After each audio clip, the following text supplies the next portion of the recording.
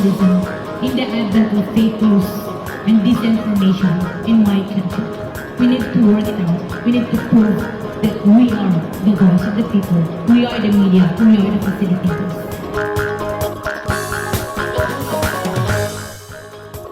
Aniya na ang mga balita nga nahagpat sa Newsline Philippines Information Center. Ako si Paul Palacio. Tutok na!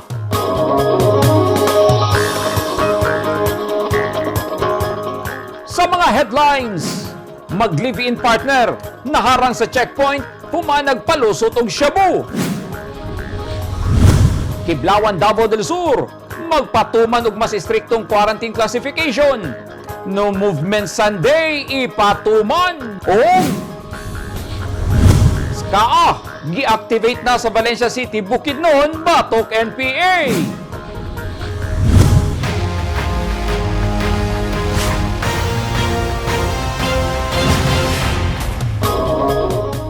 Sa detalye sa itong mga balita, nadakpan ang mag-live-in partner nga buot magpalusot og droga sa Davao City, human maharang sa checkpoint sa Task Force Davao ug Turil Police sa Davao-Cotabato Highway sa Barangay Sirawan ning syudad. Gipang-ila sa mga sundalo ug pulis ang mag-live-in nga sila Arman Paraiso Dumaop, 35 anyos, ug Gwendolyn Sinulindong, 33 anyos, residente sa Digo City. Subay sa report sa mga otoridad, sakay ang duha sa multicab dihang naharang sa checkpoint ug nakuhaan og duha ka jumbo size nga sachet nga naisulod sa gituang shabu nga mobalor sa 112,000 pesos, cash nga kwarta nga 200,000 ug .22 rifle ug mga bala. Sumala ni Task Force Davao Commander Colonel Darren Comilla, ang hugot nga koordinasyon sa sundalo ug pulis ang hinungdan nganong dili makalusot sa syudad ang mga kontrabando.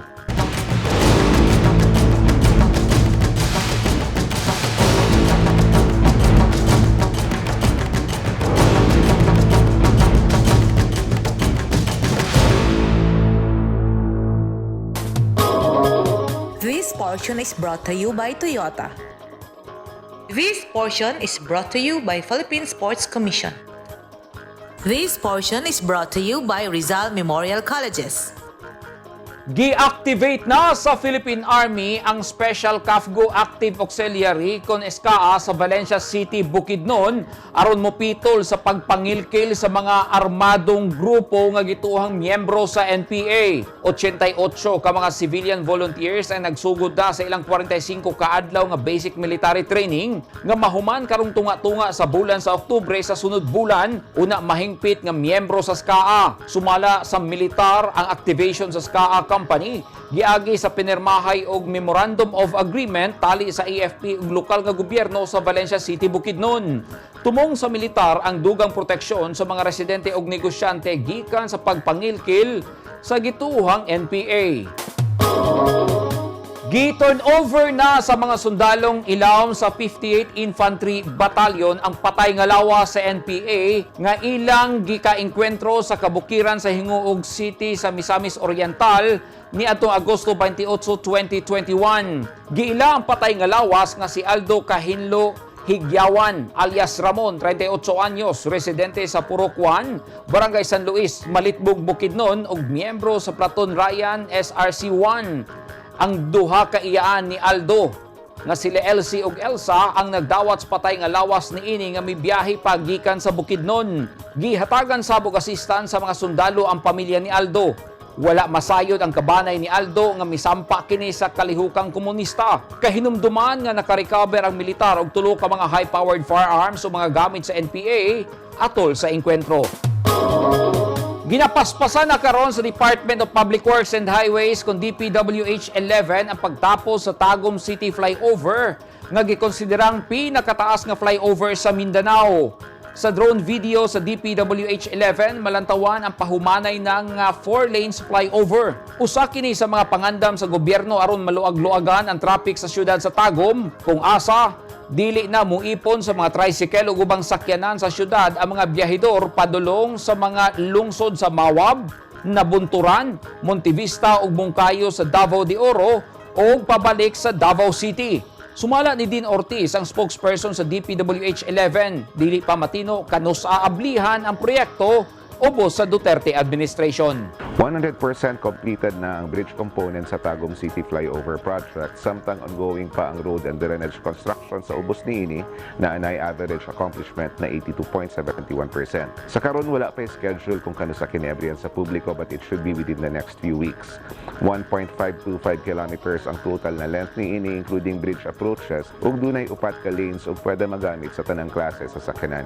Duna kini total budget na 2.6 billion. Ang Tagum City Flyover Project usa sa mga high-impact projects under the Build program sa Duterte administration na gisugdan ni atong 2017. Gimog na ang maong tulay in anticipation sa increase sa traffic volume sa maong syudad. At tangi! Kaso sa COVID-19 sa Valencia City, Bukidnon nagkataas. Og usa ka kumpanya sa gasolina sa Davao del Sur nagpatuman og discount sa fully vaccinated nga motorista.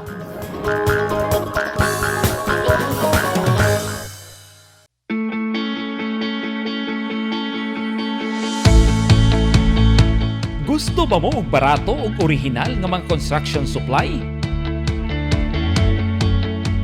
Sa kadaghan sa imong pilian, all-in-one ang imong pagpamalit.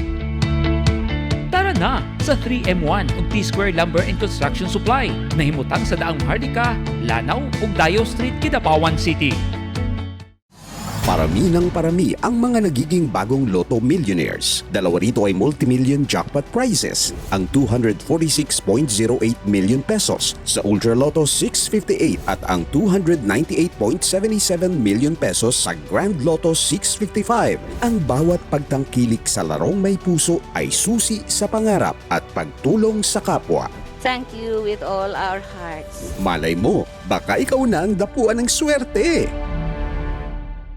Ang mga taong dunay mga ginahambin nga mga grabing mga balatian o comorbidity, hilabi na ang mga senior citizen, sila ang mas delikado nga maigo sa coronavirus disease COVID-19. Busa dubling pag-amping ang himuon og tambali ang mga ginahambin nga mga sakit. Ang pagtumar sa Bilonga Gold Herbal Capsule is a food supplement makatabang aron mapunggan nga musamot ang mga balatian. Turmeric uluyang dilaw ang nagunang sagol sa Bilonga Gold. Gisagulan og sodium ascorbate o vitamin C aron mas mulig-on ang immune system. Ang Bilonga Gold Herbal Capsule mapalit sa mga butika. Naging mapaghamon ng taong 2020 sa bawat Pilipino at sa Philippine Charity Sweepstakes Office. Nakapanlulumo at nakapanghihina, ngunit hindi tayo kapwa susuko. Mula noon, ngayon, at sa hinaharap, asahang makakasama ninyo ang PCSO sa pagbangon ng Pilipino sa anumang pagsubok. We will get through this crisis as one nation. Sa PCSO.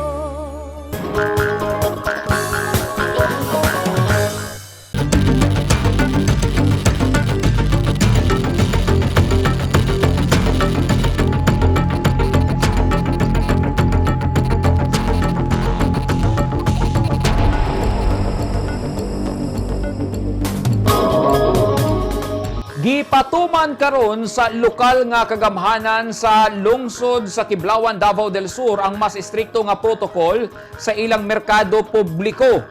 Gisugdan na sab ang No Movement Sunday sa lugar nga mulungtad hangtod sa Pizza 19 tungod sa padayong pagsaka sa kaso sa COVID-19.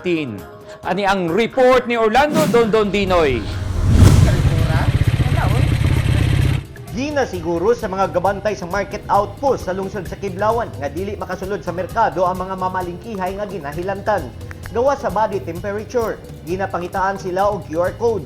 Kung walay dala, irekisito sila nga magsuwat sa ilang pangalan, edad ug address sa logbook. Kini aron daling masubay sa taga Municipal Health Office ang contact tracing ug galing dunay magpositibo sa COVID-19. Dili sab pasudlon silang mga walay suot nga face mask ug face shield. O gani, usa lang ang agianan pasulod sa merkado ug usa lang sab ang gawasanan kon exit. Duna say limitasyon sa edad sa mga mamalingkihay. Kita, kumusulod diri sa palengke, syempre QR code sa Davao del Sur, mag-wear og face mask og face shield, and then 18 below nga bata dili pwede mosulod, and then 65 and up nga senior citizen dili na pud pwede mosulod, sir. Lakang kini sa LGU aron mapugnan ang pagsaka sa ihap sa mga mataptan og COVID-19 sa ilang lungsod. Apektado man ang iyang halin. Apan kampante ang mamaligya ay gulay nga si Robichin Campaner nga alang sa kaayuhan sa tanan ang gihimo sa ilang LGU. Kaya kay ko ana sir kay para po na sa mua. Inyong panginabuyan. Okay raman. Ana man jud na. Mi nga abman apan suportado gihapon ni Edwin Heralio nga tag-iya og sari-sari store sa gipatuman karon nga No Movement Sunday. Labi pa nga wala sila tuguti nga moabri og makapamaligya matag adlawng Domingo. Dahil gid ang atong negosyo usab gyud di ginagi pare atong niagi nga kan. Minus-minus ni gyud. Kay kontrolado ng tao. Yun kita kay ano mo gina. Walaod man. Tungod menos ang halin sa baligyang Maruya, gikunhuran sa iyang inadlawang sweldo ang 43 anyos nga si Jocelyn Caputol. Una, kusog-kusog pa, 200 jud ang ang adlaw nya karon. Nahimo na mag 150 kay gumikan aning kuana kaning gitabuan na nagkuan mi diri na ami positive daghan kaayo. Porque yun namong pagkuan na oy paita. Di mo naman may 150 aning kuana. Pipila ka tindahan ang sirado karon kay gawas nga menos ang ilang halin natakdan sabog COVID-19 ang uban kanila. Hinuon dunay gihatag nga ayuda kanila ang LGU.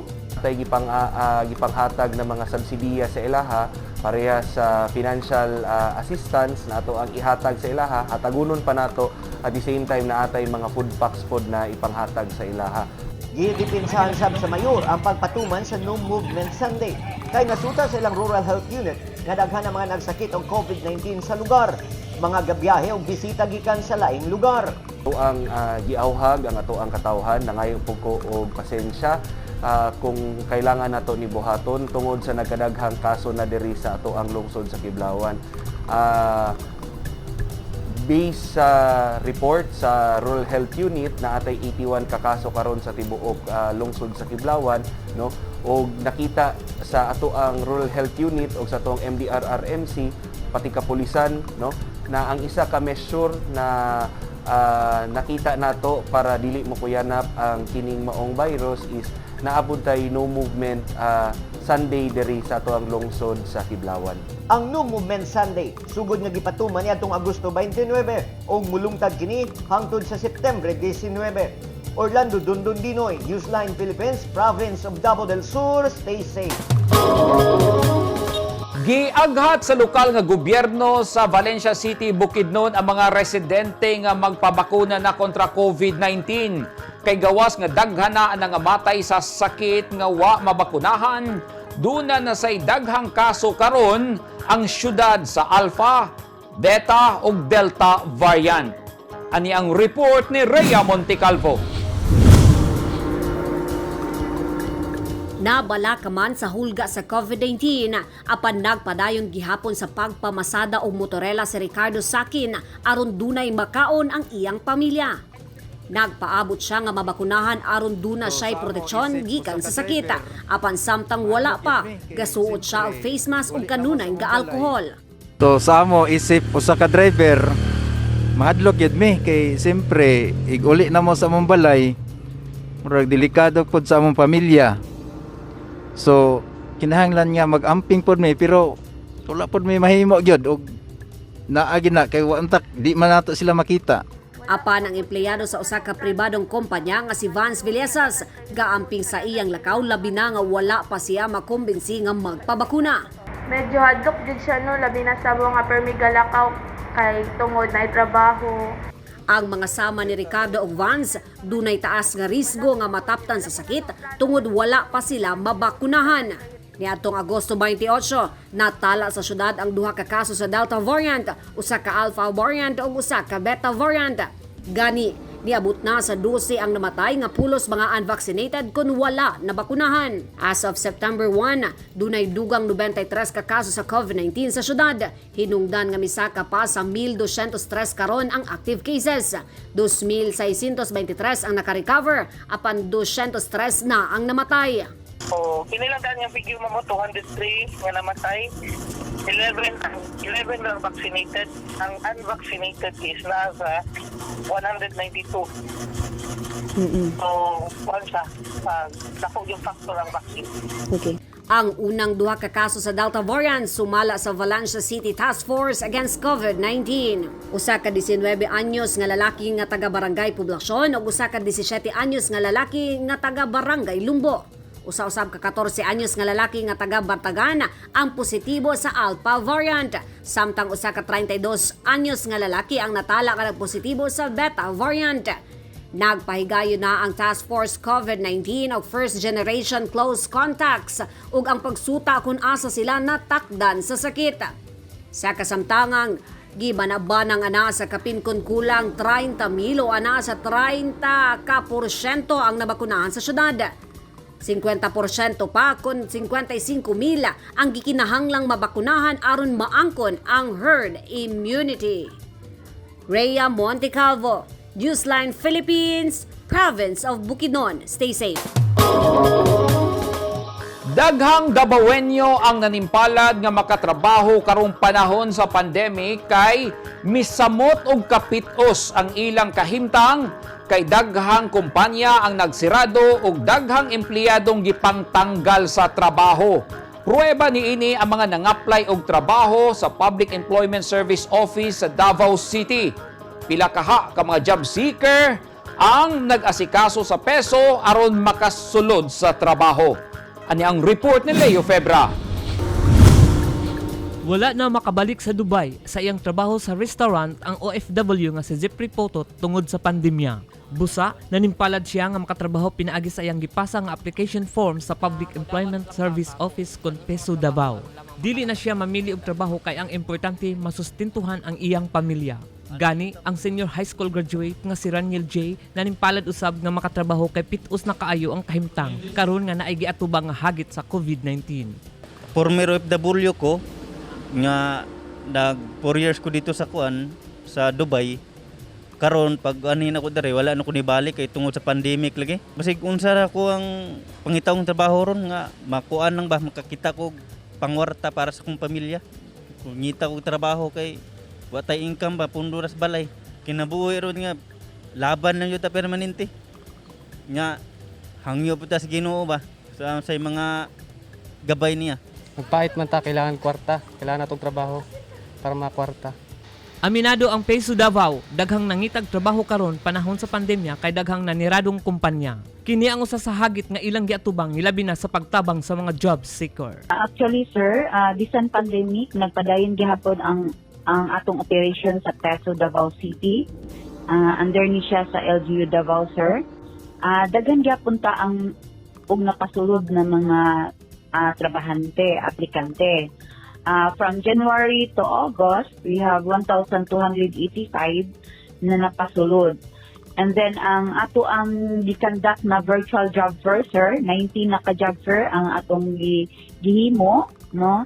And then, we have 452 hired on the spot, meaning, sila ang nadawa, sir, during the virtual job fair. Then we have also assisted 7 ka-job fair, gikandak ni sa DOLE, gikandak sa PESDA, and also sir, gikandak sa atong mga city councilors. So we have 2,184 na year hires. Nagpasalamat gihapon ang Peso Davao kay naay mga kumpanyang nangitag trabahante luyo sa hagit sa pandemya. Naay nanginahanglan og construction personnel, electrician, welder, plumber ug aircon technician. Samtang sa mga opisina, adunay nangitag accounting staff, HR ug IT.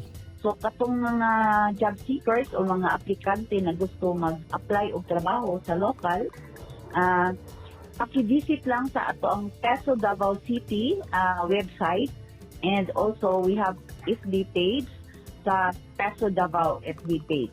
So naadya naka-post ang ato ang mga job vacancies, and then pwede sa sila diha sir mag-register sir online para during our virtual job fair, because we will conduct twice a month Friday virtual job fair, no? Daghan po tag mga suki ng mga company na nag-join ani sir, ug isa na ani kaning ato ang BPO industry. So mao ni ang ato ang system diri sa ato ang Peso Davao City, no? Kay wala pa man gitay face to face na interview. So, mag-virtual sa karon to avoid matakdan na aning COVID, sir. Nagpadayon karon sa pangdawat og aplikante ang Peso Davao via online para sa mga gustong magtrabaho ug mamahimong i-search ang page sa Peso Davao. Kung madawat sa trabaho sila Jeffrey o Graniel J, himuon sab nga virtual ang ilang interview. Leo Febra, Newsline Philippines, stay safe. Mitabang na og dasig karon ang ubang na nag-iya og gasoline station sa Digo City sa Davao del Sur. Diskwento sa gasolina ang ilang hanyag sa mga driver nga bakunado na. Ani ang report ni Orlando Dondon Dinoy. Ginapangitaan ng vaccination card niini nga gasolinahan ang gapatubil kanila nga mga driver sa pribado ug pampublikong sakyanan man o motorsiklo. Kini manggod ang ilang basihan sa ginahatag nga 3 pesos nga diskwento matag litro sa gasolina ug 2 pesos nga diskwento kada litro sa krudo. Nagpasabot 43.53 pesos gihapon ang ilang bayran kada litro sa krudo, samtang 53.65 pesos sab sa gasolina. Usa sa mga nahatagan og diskwento ang driver nining usa ka pribadong sakyanan nga taga Davao del Sur. Sa iyang gipatubil nga 30 litros nga gasolina, 90 pesos sad ang iyang diskwento, human ini gipresenta ang iyang vaccination card nga nagapamatuod nga fully vaccinated na siya. Natatabang pinagi sa pag-inspire sa mga driver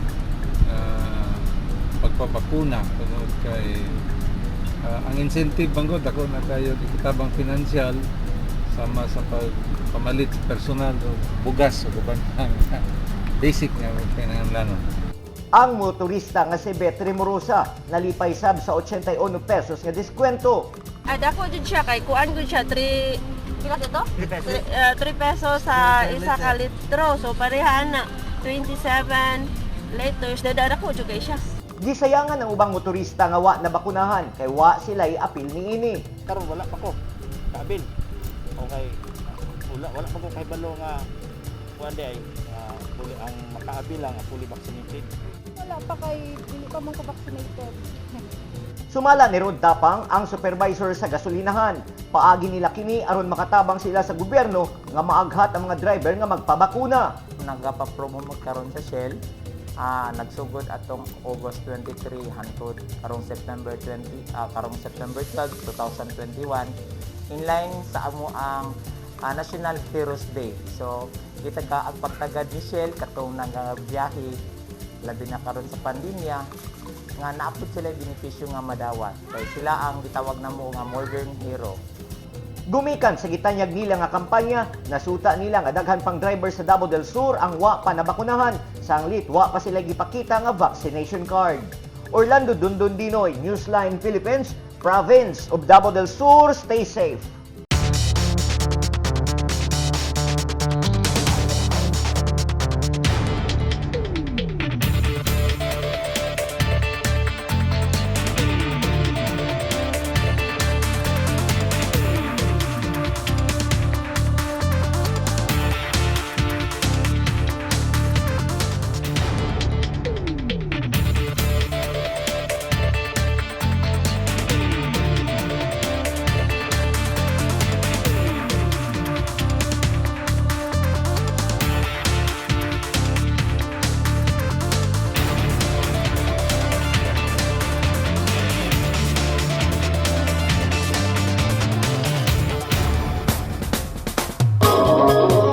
Kadto naghingpit sa mga balita nga nahagpat sa Newsline Philippines Information Center. Alang sa dugang balita, bisitaha ang website nga www.newsline.ph, sa Facebook page, Instagram, newsline.ph, o sa Twitter, newsline.ph.